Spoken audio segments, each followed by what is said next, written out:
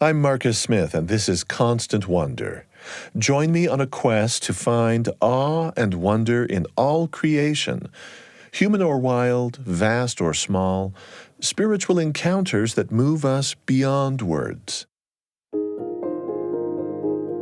In the forests of Chile and Argentina, you can find an inconspicuous little plant whose uncommon talent was only recently discovered. It's a vine that morphs in order to mimic its neighbors. This vine could change the shape of its leaves, the texture of its leaves, the color, the vein pattern, the thickness, the glossiness, to fairly exactly appear to be anything it was growing beside. Like grow a spiky tip at the end of its leaf, which is a hallmark of a species. It would be the equivalent of a human growing a rhinoceros tusk. And how can any plant do that? Well, we still don't know. What we are learning is that plants are much smarter than we often think. They can even be devious, by the way. More about that later. Plants simply aren't nearly as passive, not as vegetative, as we've long been led to believe. We've all inherited this cultural understanding of plants as maybe a little more alive than rocks, but less alive than animals. There's a movement now towards recognizing how incredible plants are. And it really brings a lot of re-enchantment into our lives if we consider that. It's very humbling to remember that we are not the only sentient organisms out there. That's Zoë Schlanger, a science writer for The Atlantic and the author of The Light Eaters, How the Unseen World of Plant Intelligence Offers a New Understanding of Life on Earth. I love the phrase light eaters so much that I wasted no time getting into conversation with her about that very idea. So you wrote this: the roiling plasma surface of the sun flings out a fistful of light. The particles, billions of photons, hurtle 93 million miles through black space to rain down like bread and honey on the outstretched flesh of the most abundant living mass on Earth. Plants eat light. They literally eat light, don't they? They truly do. Yeah, we don't think of them as having mouths, but they're very much taking in light and air and water and alchemizing that into food to build their bodies. And their food in this case is glucose, sugar, which is the same exact thing that builds our bodies as well. So every molecule of glucose we've ever ingested, every bit of sugar that has made it possible for you to live, was first manufactured in a plant body. They're the only organisms that can spin sugar out of thin air that way.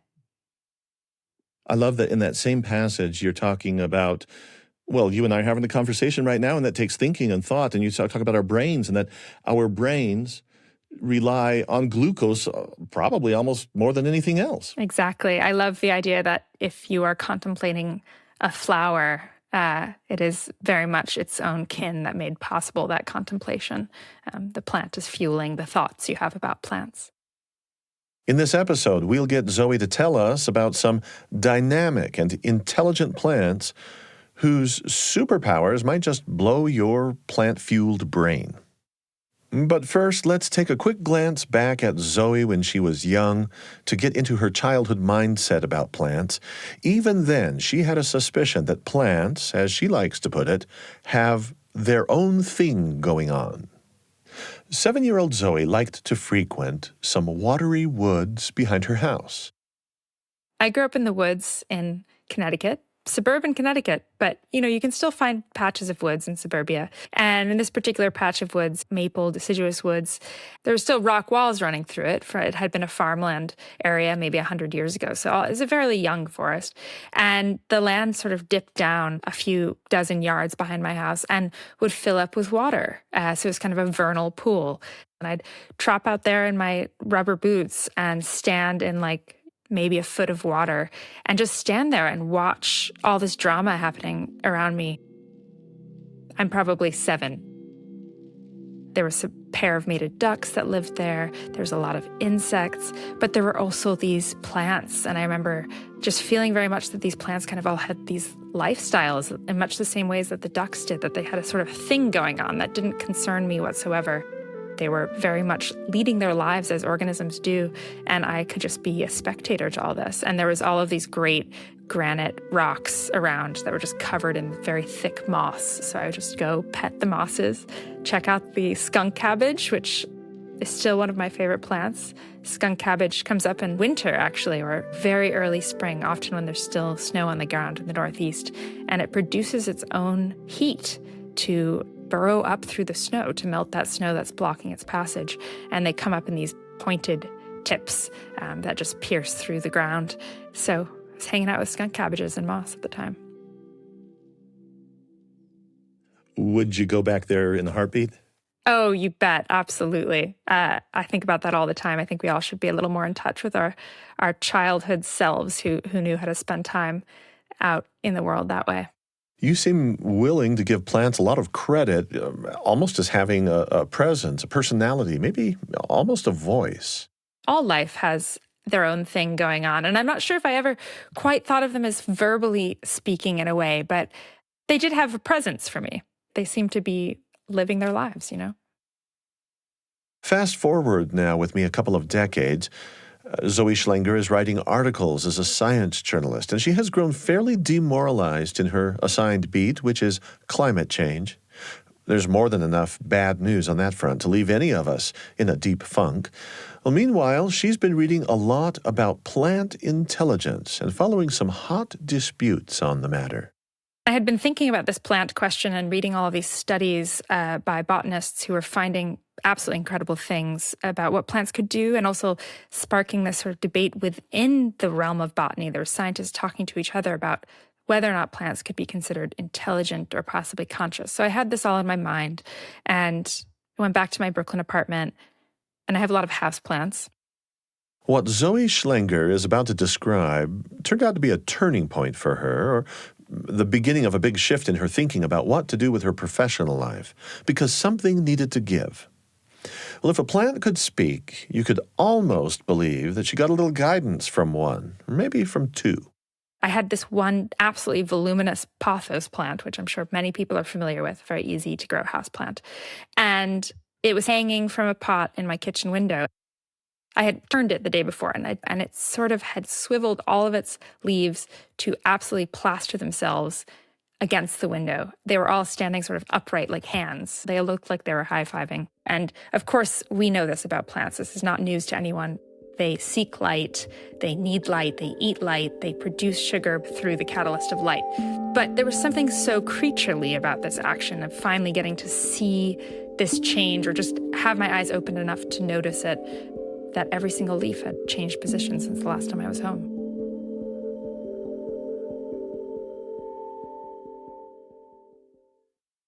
You had your moment with the pothos. You noticed the churning of its leaves towards the pane of glass. And within 2 weeks, suddenly you're deep into ferns. And that's suddenly a big thing for you. That was a pretty rapid change. Let's talk about that fern and why the fascination with that plant in particular.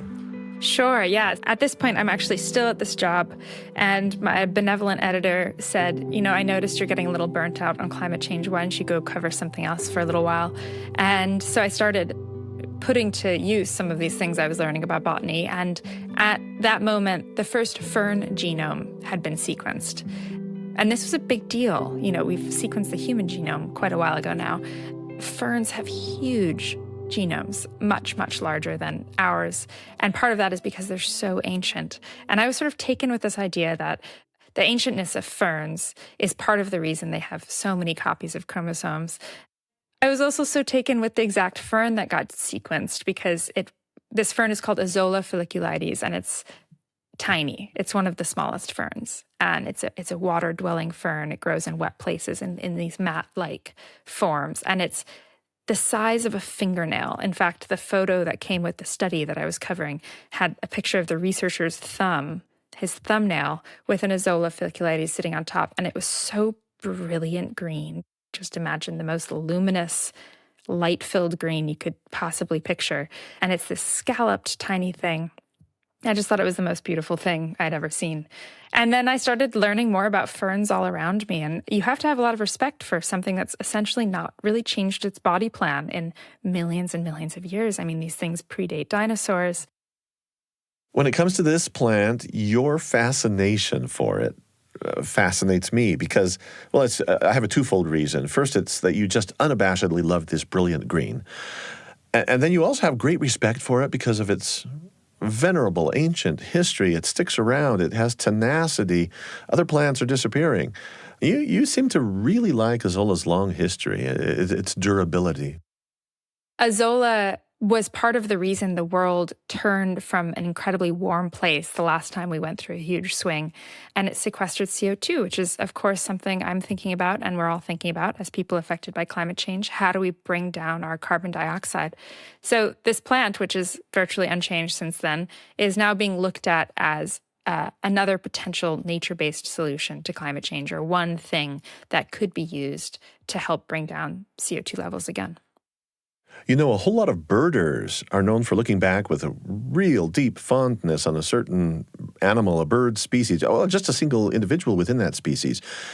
It's the one that they see on one particularly memorable day, and that becomes what they call their spark bird, that lit a fire under them and opened their eyes, turned them into devoted birders.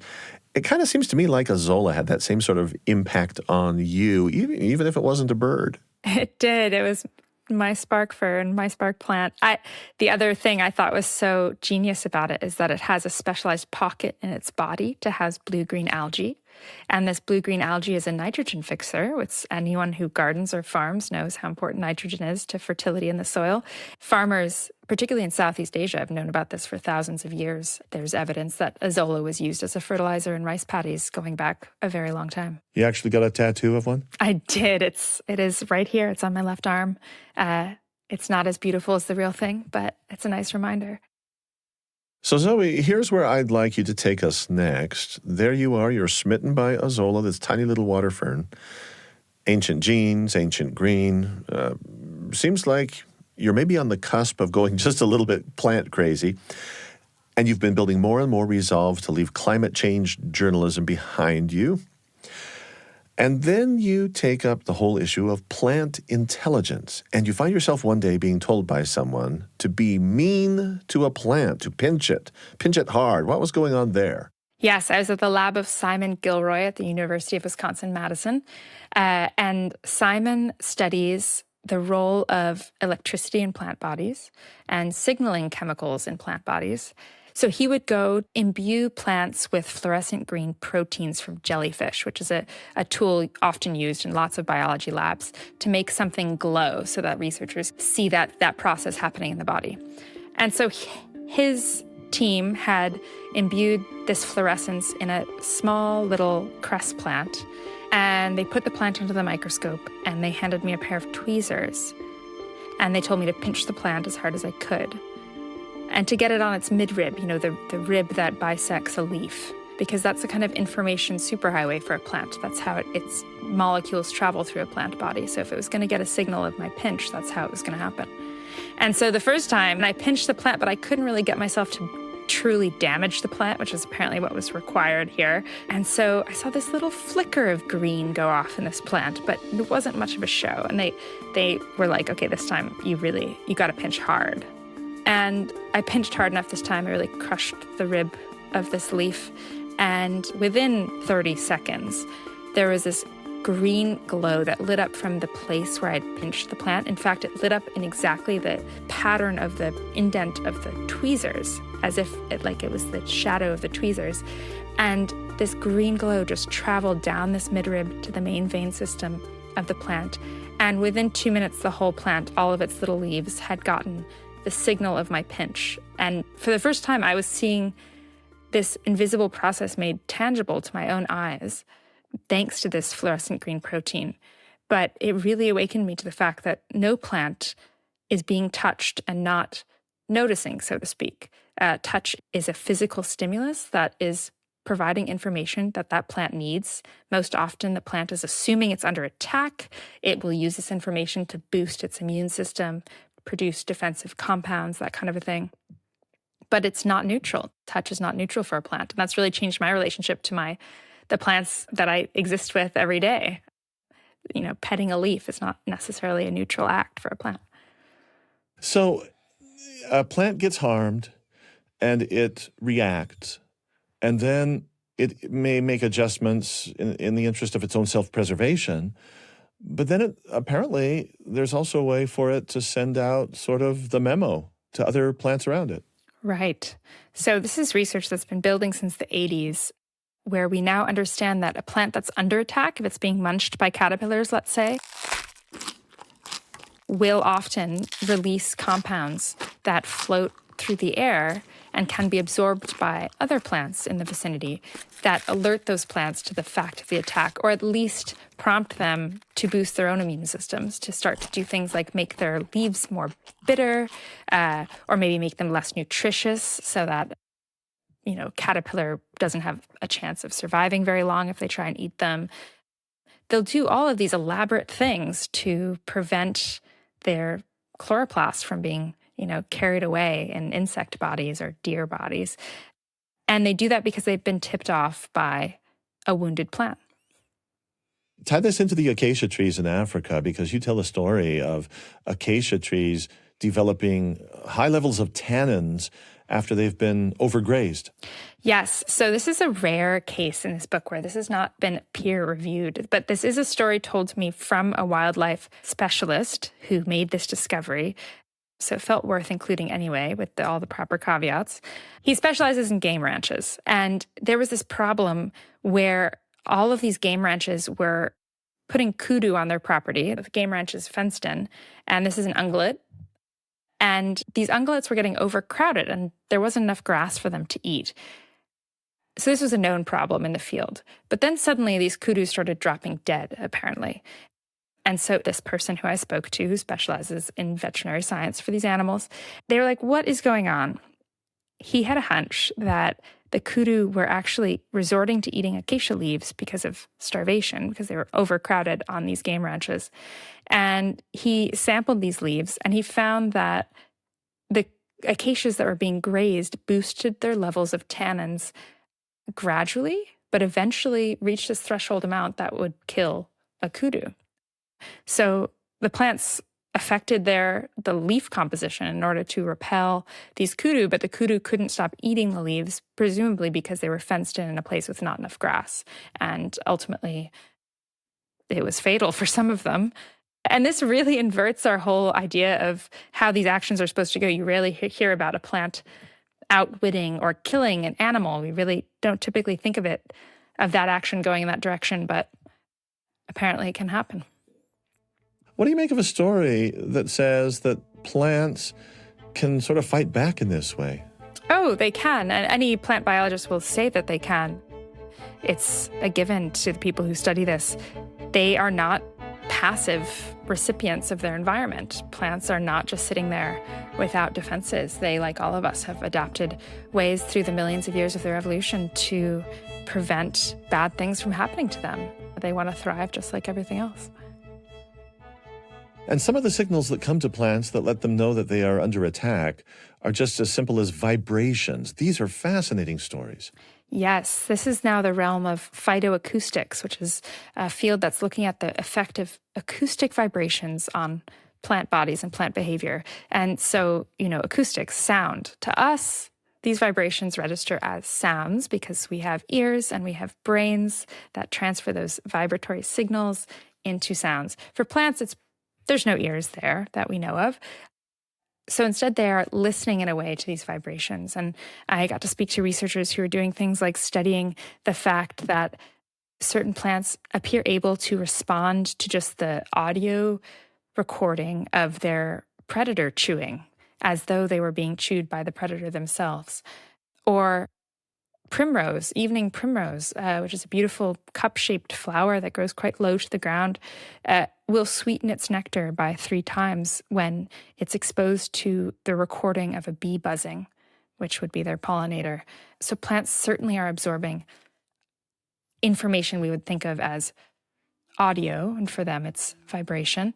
They are hearing in their own way. I feel comfortable saying that. Not all researchers might, but if we can hold the idea that hearing can be something beyond what we are doing with our brains and rather responding to pure vibration, then yeah, I think plants are hearing. Zoë Schlanger is a science writer for The Atlantic and author of The Light Eaters: How the Unseen World of Plant Intelligence Offers a New Understanding of Life on Earth. I'm Marcus Smith. Well, since we've been hearing her describe certain plant capacities that seem to be close matches to our traditional notions of what we think of as sentient behavior, you know, the way an animal with a central nervous system like you or like me, the way we behave intelligently. Well, I want to tease you now a little with what's coming up next here on Constant Wonder. Important question. Can plants count or tell time? So I want to raise the bar a little now with you here. Let's take it up a notch. We know, of course, that plants can tell time, simply differentiating between day and night, winter and summer, that sort of thing. But you say that there's growing evidence that plants may have more sophisticated means of telling time, and some apparently can even count. So walk me through the notion that a Venus flytrap, for instance, can count. The Venus flytrap has little trigger hairs in its maw, and that's to prevent them from closing over something that's not actually a living creature. It's very expensive for those traps to close energetically, and they often die after they've eaten one fly. So to be sure that what they've caught is a wriggling, living insect, there's these trigger hairs that have to be flicked in succession. They have to have something like 5 flicks within a certain elapsed period of time, maybe a minute or so, in order to close, and then they have to be flicked yet more in order to begin digestion. So you want this fly to be continuously wriggling. And if the thing stops moving, it will open its maw again. It'll probably conclude in a way, air quotes here, that it's closed over like a bit of stone or something like that. So that means that the Venus flytrap can begin digestion after a certain number of flicks. It can also reset itself if it decides it's not caught prey. That's addition, and that's subtraction, and that's keeping track of time, because this all has to happen within a certain period of time for it to work at all. So the Venus flytrap is a place where counting in plants is best understood, but it's showing up in other plants as well. So Zoe, I've asked you to open up Pandora's box of scheming, conniving plants, so we may as well turn our attention now to something called Dodder, the Dodder vine, which you've gotten me thinking about. I've been reading up on it these days. It's a parasitic plant and apparently can sniff the air to decide which way to go, which way to turn to go after the most nutritious victim. Definitely. I love talking about Dodder vine. And for everyone listening, I have to clarify it's Dodder. I've had a couple of people say, why are they calling this parasitic vine a daughter? So this Dodder vine, and maybe some people have seen it, it's a pretty common agricultural pest. It is a parasitic vine that emerges from the ground and looks like a little creeping worm. And it's orange because it doesn't need to photosynthesize. It's not green because it gets everything it needs from the bodies of other plants. So picture this little worm-like seedling emerging, no leaves, just a worm, and it's circling the air. And you see this in time lapse. It looks unmistakably like the seedling is sniffing the air for something, and in a way it is. Research has shown that these vines are looking for a host to climb, and they have to find it very quickly before their own built-in nutrients run out. And researchers have found that it will pick up on chemical signals from nearby plants to assess which is likelier to be a good host for them to parasitize. When placed between a wheat plant and a tomato plant, the Dodder vine will choose the tomato. It will circle the air for a while and then turn and decidedly grow in the direction of the tomato plant, in part because perhaps the tomato is more nutritious, but also because it has a branching pattern that is easier to climb. It can't climb on a wheat plant or a grass, so there's nothing to grasp onto. So then the Dodder detaches its rear end from the ground and climbs over this tomato plant and begins coiling around it. And the number of coils it uses to grasp on represents how much energy it believes it will need to use to parasitize this plant effectively. it'll then start growing these spikes, these fang-like spikes all along its edge on both sides, and sink that into the vasculature system of the tomato and start siphoning off all of the nutrients it needs to live. But it won't kill the tomato plant because it's not useful for the dodder to have a dead host. Not all dodders are as skillful as maybe they should be, but basically it would hobble this plant, kind of turning it into its own sort of sugar factory. And often plants that are yoked into dodder service in this way are pretty unable to make fruit. So here is how it becomes an agricultural pest. You can see pictures of fields of crops that are covered in this mass that looks like orange silly string. And really, it's just a mat of dodder vines that have just eclipsed a field and prevented it from producing fruit, but they're having a good lifestyle here. There's incredible research about how these dodders make decisions, how they sense. For example, they're able to sometimes sense which plant has been grown with nutrient supplements and which hadn't, and they will choose the plant grown with extra nutrient supplements in a lab setting at least. And they are also able to communicate, send signals throughout this, they grow in these masses. There's some research suggesting that that's a communication network as well. So I love dodders. I think they're one of the most mischievous plants ever, and it's really a fascinating strategy for life that not a lot of other plants have taken. And you wouldn't flinch if I called it a pretty smart plant. I would call it pretty smart too.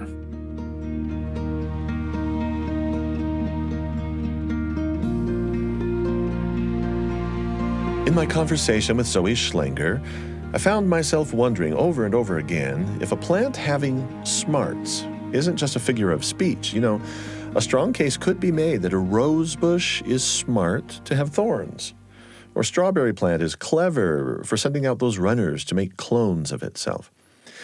Is talk about plants being intelligent just a small question of semantics? Or have we, after centuries of watching them, failed to see an active kind of real intelligence in plants, and then written them off as machine-like or robotic? Something else I should tell you here. Not long ago, I got some feedback that I won't soon forget. In a Constant Wonder social media reel, I'm on camera out in front of my garden, and I'm sharing some of my thoughts. And the director caught me saying the following as I was inspecting one of my favorite Western wildflowers. It's a pink Palmer's penstemon. And I said this: why would a plant be persistent in trying to reproduce itself? Why does a plant will to live? Those two questions apparently touched a nerve with a fair number of people who saw the reel, and they feel quite strongly that a vegetable, by definition, is in a vegetative state. Alive, yes, but still unable to will anything. And lacking a will, a plant can't possibly be persistent. Well, that would be like having an attitude. When a Venus flytrap nabs a fly, is it being stealthy, belligerent? Is Dodder sneaky because it can curl around a tomato vine and sap its strength?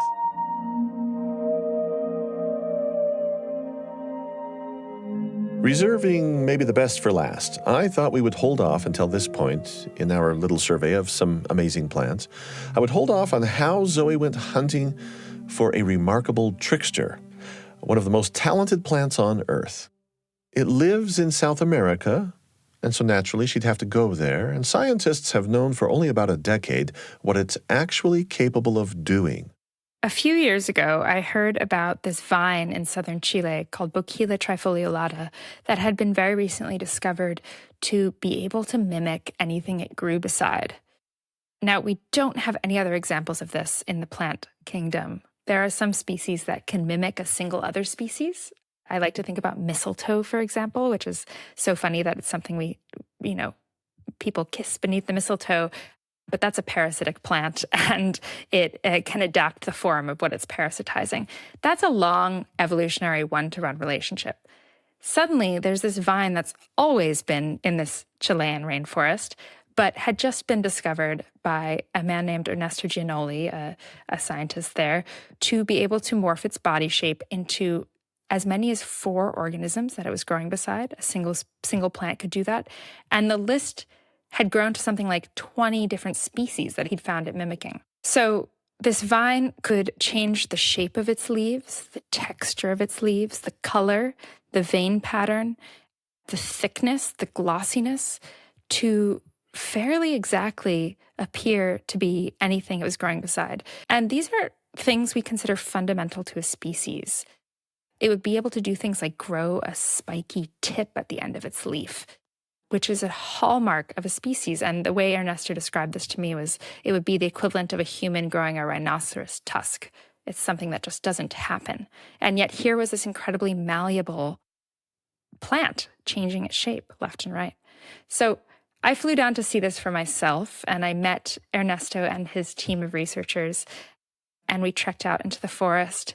And suddenly there was Boquila all around me, which was a bit of a shock after spending all of this time looking at journals, papers, photographs of this plant, to suddenly see how common it was and how incredibly ordinary it looked.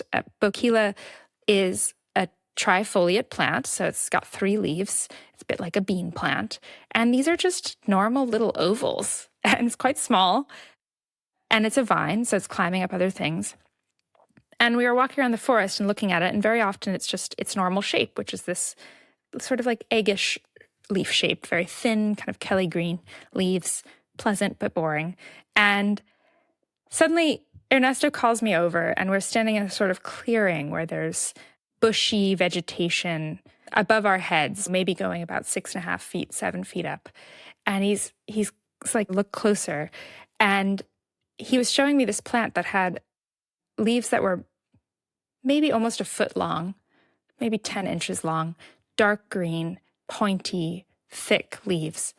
And he was like, can you find the Boquila in this? And it was remarkable. After I spent a few seconds looking at it, suddenly I realized that the Boquila that looked absolutely normal with this little oval-shaped shingly leaves to the right had part of its body had veered into this other plant and entwined itself with this other plant. And its leaves had then grown to be the size of this other plant's leaves. It was probably 15, 16 times the size of the Boquila standard shape, entirely a different shade of green, entirely different texture. And this opened my eyes to finding this absolutely everywhere. I was hiking with this team for about 3-4 days while they did other experiments in the forest. And my only focus was Boquila. So I was staring at the ground everywhere I could, staring at trees, trying to find this plant doing something unexpected. And everywhere it was mimicking other plants. But at some point we were hiking up a path, and the ground rose to the right of us, and there was water trickling down. So of course there were ferns. Among them were maidenhair ferns, which have kind of ginkgo-shaped leaves and black stems, and they're very dainty and lovely. And I had never seen one in the wild, so I was very excited about this. And I was staring at it, and suddenly I saw a few leaves that were not quite the right shade, but the right shape. And I realized that was Boquila kind of doing its best to mimic the maidenhair fern. And I called Ernesto over, and he said this was the first example of Boquila mimicking a fern that they had found. And he, I think jokingly, said he would cite me in the paper once they published, but perhaps they will. Science takes a long time, and this was just a couple of years ago. So what accounts, if we know, for this plant plagiarism? There are 2 main theories. One is that this proves that plants can see. And this is a theory put forward by a group in Bonn in Germany. Plants, we know, can experience different shades of light with exquisite specificity. They have more photoreceptors on their leaves than we have in our eyes. They know if they're being shaded by a cloud or if they're being shaded by another organism. They even know, some species have been found to know, based on the quality of the light, whether they're being shaded by a genetic sibling or not, like whether the plant beside them is related. So on some level, that's processing the information of light to come to a conclusion. And there's a way you can stretch that to believe that is some kind of vision. But of course, there's no brain. Anyway, this group in Bonn believes that the capacity to morph its physical characteristics is a sign that there's actually some higher order vision going on. And they'd like to pursue that hypothesis. That would be absolutely incredible. But I'm actually more partial to Ernesto's version. He thinks it's quite silly, this idea that we're talking about plant vision, for whatever it's worth. He thinks that Boquila are actually just incredibly porous to the genetic information of plants beside them.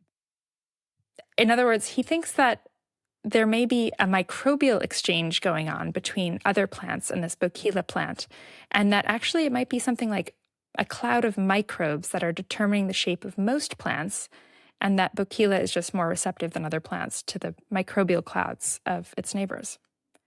So are you saying then perhaps maybe a plant has microbes around it that can transfer sort of a genetic blueprint over to another plant, and the other plant can say, oh, that's nice, I'm going to follow that plan now for a little while? Exactly. And it's, thinking about it like a fight over the will of the plant to take on new shapes is probably going farther than we should. But it is interesting to think about the fact that we are coming to conclusions about ourselves and the way that microbes govern our own lives that are quite surprising. And certainly there's a lot of organisms for whom their basic functions, it turns out, are mostly due to their microbes, not even to their own biology necessarily. Termites, for example, have been found to be able to digest wood only because of protists living in their guts. So it's not even the termites themselves, at least in the species of termite that was studied, that can digest the wood. It's thanks to a third-party organism. Microbes are affecting the genomes of organisms much more than we thought. And Ernesto, he's one of the only researchers going out in the field and studying Boquila, noticed that Boquila doesn't always mimic its neighbor. It's a sort of patchy effect that he thought looked a lot like infection. And so what is something that can cause infection? Well, viruses and bacteria. So he thought maybe this was more of a bacterial transference that wasn't always successful and didn't always happen, but when it did, had these spectacular results. And so if a Boquila plant decides, there I'm using the will again as though it had volition, but I'm just toying with it here. If a plant decides it's going to mimic the shape of a fern leaf, maybe that isn't a strategy for survival, it's an infection? Potentially, it might be a strategy for survival on the part of the microbes. Something Ernesto has found is that Boquila individuals that are taking on mimicking shapes, in other words, that aren't just doing their own thing, but are actually mimicking their neighbors, are less likely to be eaten by herbivores that come along. Let's say a deer is coming along, Boquila looks absolutely succulent, and the deer will eat the one that is not mimicking, but won't eat the one that's blended itself in with all its neighbors. And that's potentially just a matter of statistics. If you look like everyone else around, maybe you're less likely to get singled out. It does appear to be an advantage for this Boquila to be able to mimic its neighbor plants.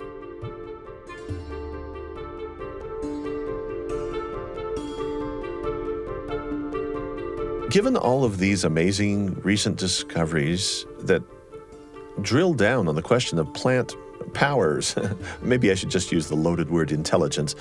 Well, there is a backstory that you have included in your book, and I think you did that wisely.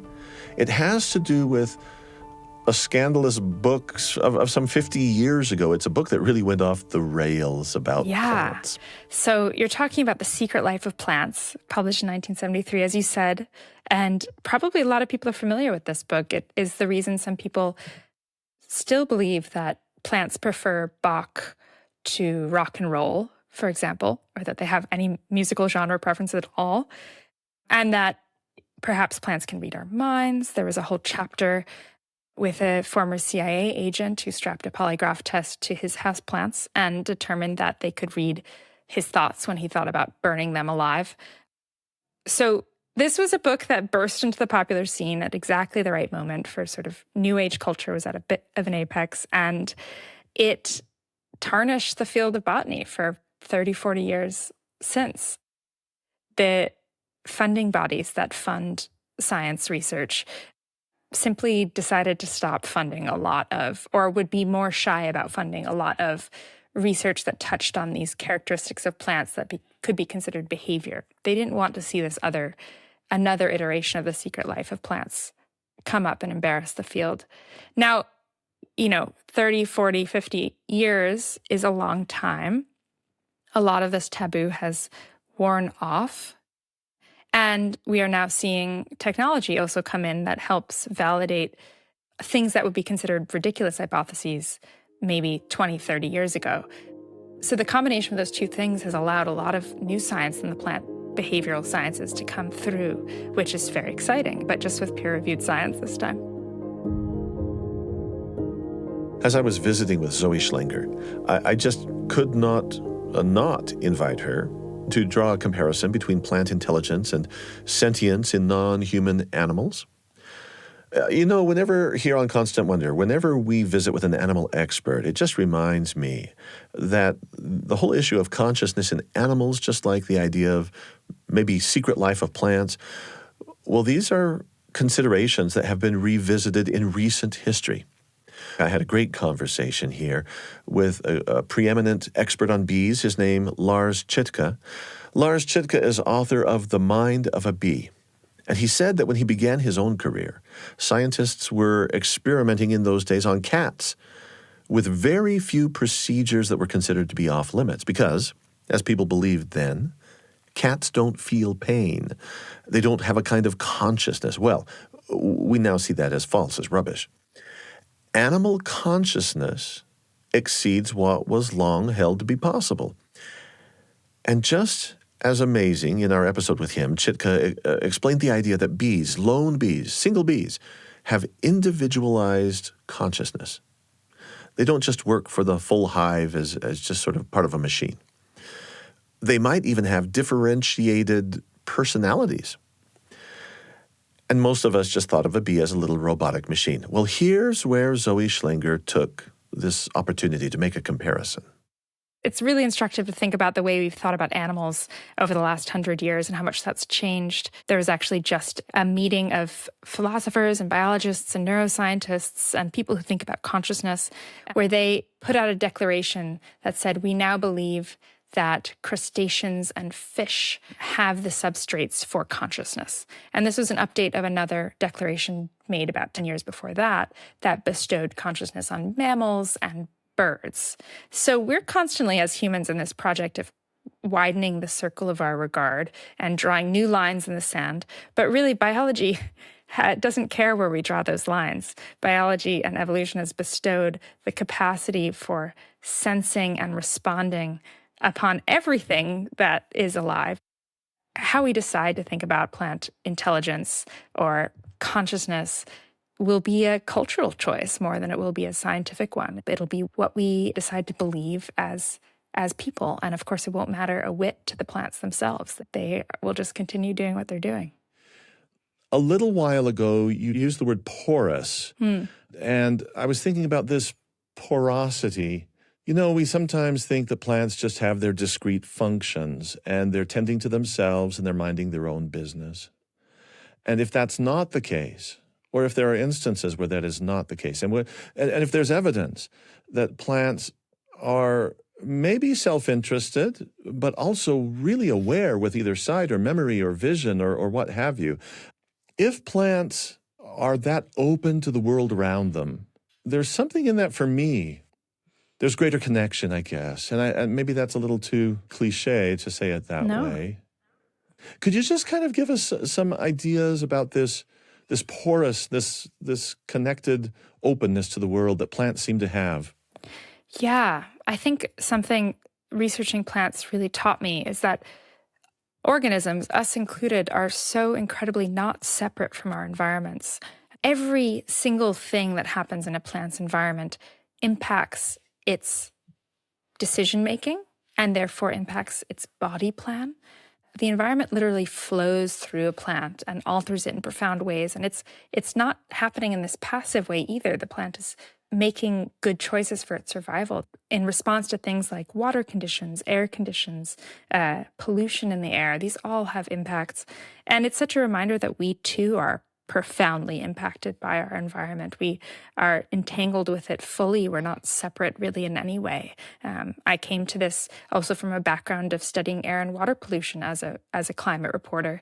And I now have a much more pieced together vision of what it means, let's say, for a population to be exposed to air pollution that affects lung capacity, not only in the population experiencing it, but in the offspring. Their children will have diminished lung capacity, often in communities exposed to air pollution.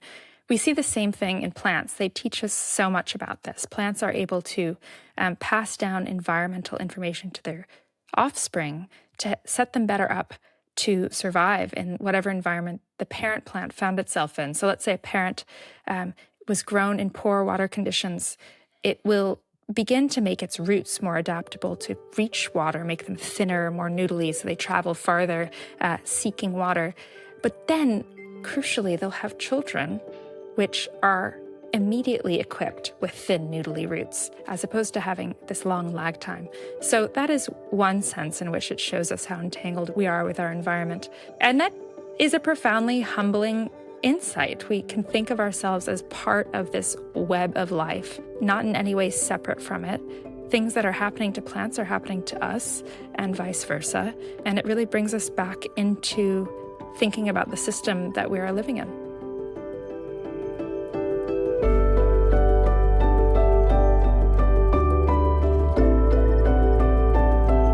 Our thanks to Zoë Schlanger. She is a science writer for The Atlantic and author of The Light Eaters, How the Unseen World of Plant Intelligence Offers a New Understanding of Life on Earth. And thanks to you for listening today. I'm Marcus Smith. Today's episode was produced by Eric Schultzka with help from Lily Jensen. I've worked with lots of younger kids, including my own, and I know firsthand the great feeling of finding just the right kind of educational listening for younger folk. We've got a podcast perfectly suited for younger hearts and minds. It's the Constant Wonder Kids podcast. Stories from the original Constant Wonder podcast featured in a way that's totally accessible for children from about kindergarten age until they hit middle school. Many of these episodes are adventure stories out in nature with fascinating people who go out into the wide world to see its wonder and awe. Curious, developing kids love this podcast, as well as the grown-ups who guide and love these kids. True stories about ocean divers, bird scientists, volcanologists, non-experts who rescue animals and rewild and replant damaged habitats. Positive stories about people doing positive things for the world. Would you like to get inside the mind of a bee, or find tiny hummingbird eggs, or go in search of seahorses? Maybe discover amazing ways that some plants can think and communicate. Constant Wonder Kids is perfect for road trips, bedtime listening, maybe just for whenever your brain's got an itch that needs to be scratched. New episodes drop on Mondays. Tune in to Constant Wonder Kids on Apple Podcasts, Spotify, YouTube, or wherever you get your podcasts. Now, back to Constant Wonder.